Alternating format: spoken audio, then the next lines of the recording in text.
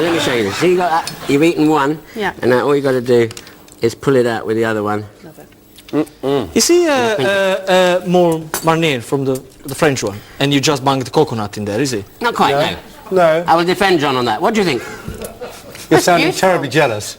Okay, I Beautiful. often eat them actually. I've never, don't remember the last time, but I know I have. They're very good for you, and they're a bit of an aphrodisiac. as Oh well. really? But there's parsley, which is also an aphrodisiac. Yes, thank you. On to Gino. The what? The burger? Parsley is also an aphrodisiac. Is that right? Gino? Who told you that? Excuse me, Yes. guys. I must Put a concentrate. little bit of the Works my guinea pig. Put a little bit of the salsa on top, so then you get the flavor of the salsa with the burger. Right. And a bit of bread. And you made that bread, with yeah. tomato ketchup, yeah?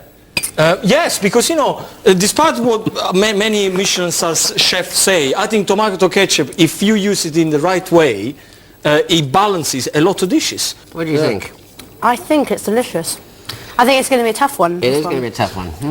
So the challenge was to create a tasty treat on a budget of £3 per portion. Now Connie has to choose a winner.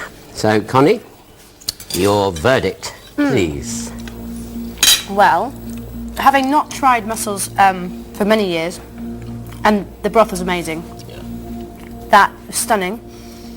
Homemade burger, never made that before. An interesting way to do it. But I think I'm going to go with the mussels. You're going to go with the mussels. Well done, John. Congratulations to John. Now, Gino, I read out your shopping list. It had Gruyere cheese and salad leaves. Why didn't you use them? Well, I didn't want to use the cheese because I decided at the last minute that it would spoil the freshness of the burger. But if you'd read your notes on Connie, Gino, you would have found out she was a cheeseaholic. You might have won. I know, but I have to respect the food. If I think that they would be without cheese, I'm going to stick with it. Well, congratulations to John. The scores are neck and neck with 1 point each. And with one challenge to go, I can feel the tension rising. Okay, the final round is the Star Food Challenge. John and Gino have to create a perfect dish for Connie using an ingredient she has chosen. Now, we know what that ingredient is, and I have to say, it's a pretty bad habit. Stay tuned and all will be revealed after the break. Welcome back to Daily Cook's Challenge. Now I'm here with chefs John Burton-Race and Gino D'Acampo, who've been battling for victory in our cookery challenges. Now after 2 rounds the scores stand at 1-1.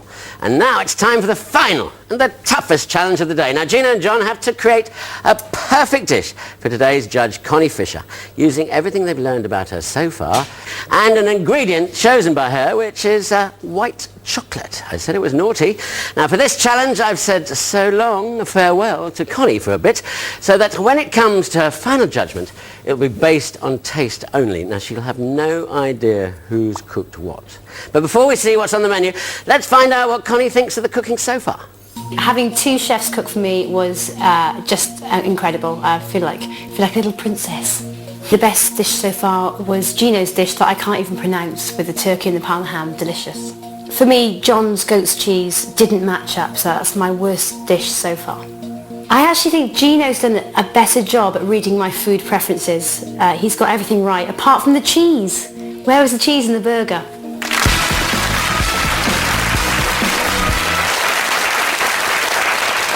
Okay, let's find out what John and Gino are going to make. John, what are you going to make? White chocolate mousse, very light, topped with glazed raspberries. Delicious. Very simple. And Gino?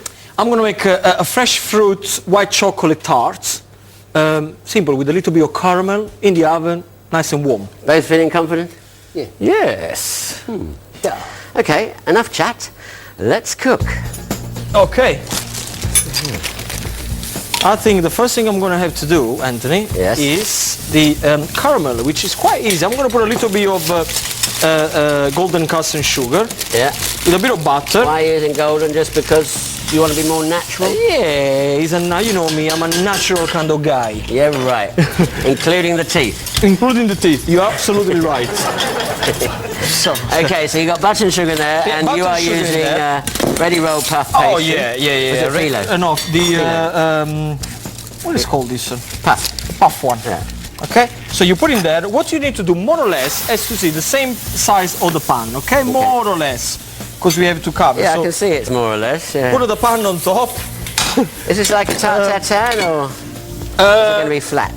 No, this is going to be a little bit flatter. So you're doing a sort of oval-shaped one. Yeah, it doesn't matter because you have to tuck it in, Anthony, so it's fine. And of course, tartatan is upside down, sort of Upside cooking. down. You're doing like that? This I'm going to do like that. I'm going to cook the fruit first, and then I'm going to put it upside down. So very simple. I got peaches here. Of course, I could have done this one with apricot, but she wouldn't like the apricot because it starts with A. Apples. Yeah, I could use apple if I wanted to. You can use banana if you want. She told me she doesn't like pears very much. Really? No, I'm just joking. Oh, okay. Let's go over to John. So, John, you've melted your chocolate already. How did you do that? I boiled about 60 mils of whipping cream, brought it to the boil and then just threw it on top of the chopped up white chocolate. Because white chocolate melts incredibly quickly, Well, doesn't it's it? just like butter, Anthony. It's just cocoa fat and sugar, really. And so I've melted that with about 60 mils of cream. And you just One bang egg it- yolk goes in, which brings the whole thing together. You can see how Yeah. it's all come together and it's lovely and shiny.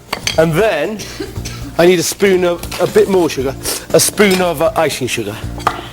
So, And then I've got to get that cool you in don't- about 2 minutes, I think. will the egg be sort of cooked, slightly cooked in that Yes, hot it is, chocolate? because the cream was boiling. Right. So, more cream going in there. I need a bit of whipped cream now for the mousse itself. Did you know much about Gino before you came on the show? No. No. Did you think... I had actually seen him on television a couple of times Yeah. and wasn't impressed at all. and since we've been working together, At least I was on television. Where were you?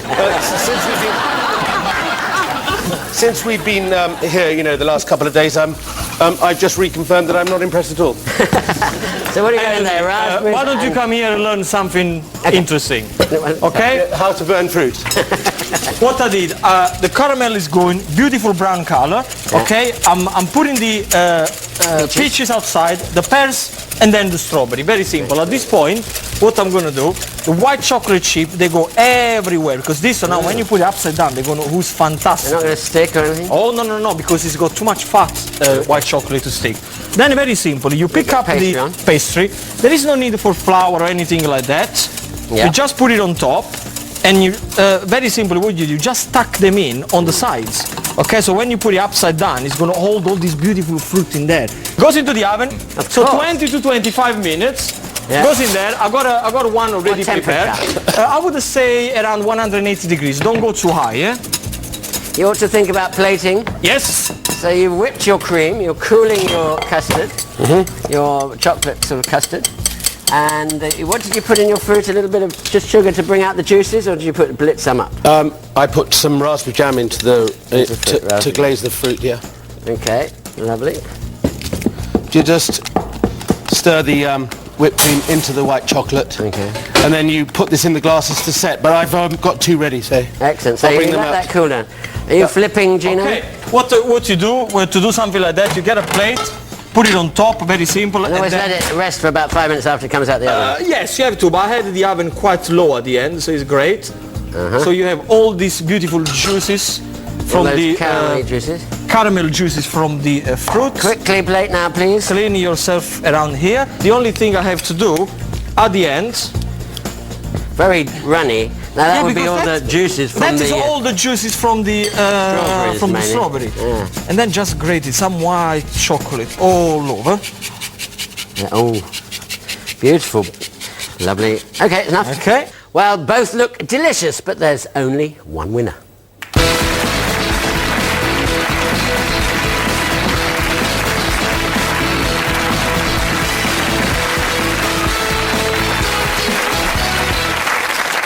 Okay, well, we got the names under there, John and Gino, yes. Let's just move those around like that.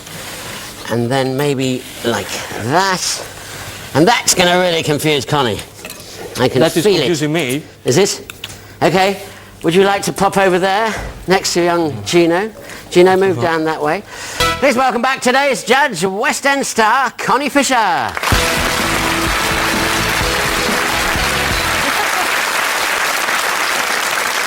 Okay, Connie challenged the chefs to make a dish using white chocolate. And now she's got to choose a winner on taste alone because she has absolutely no idea which chef has cooked which dish.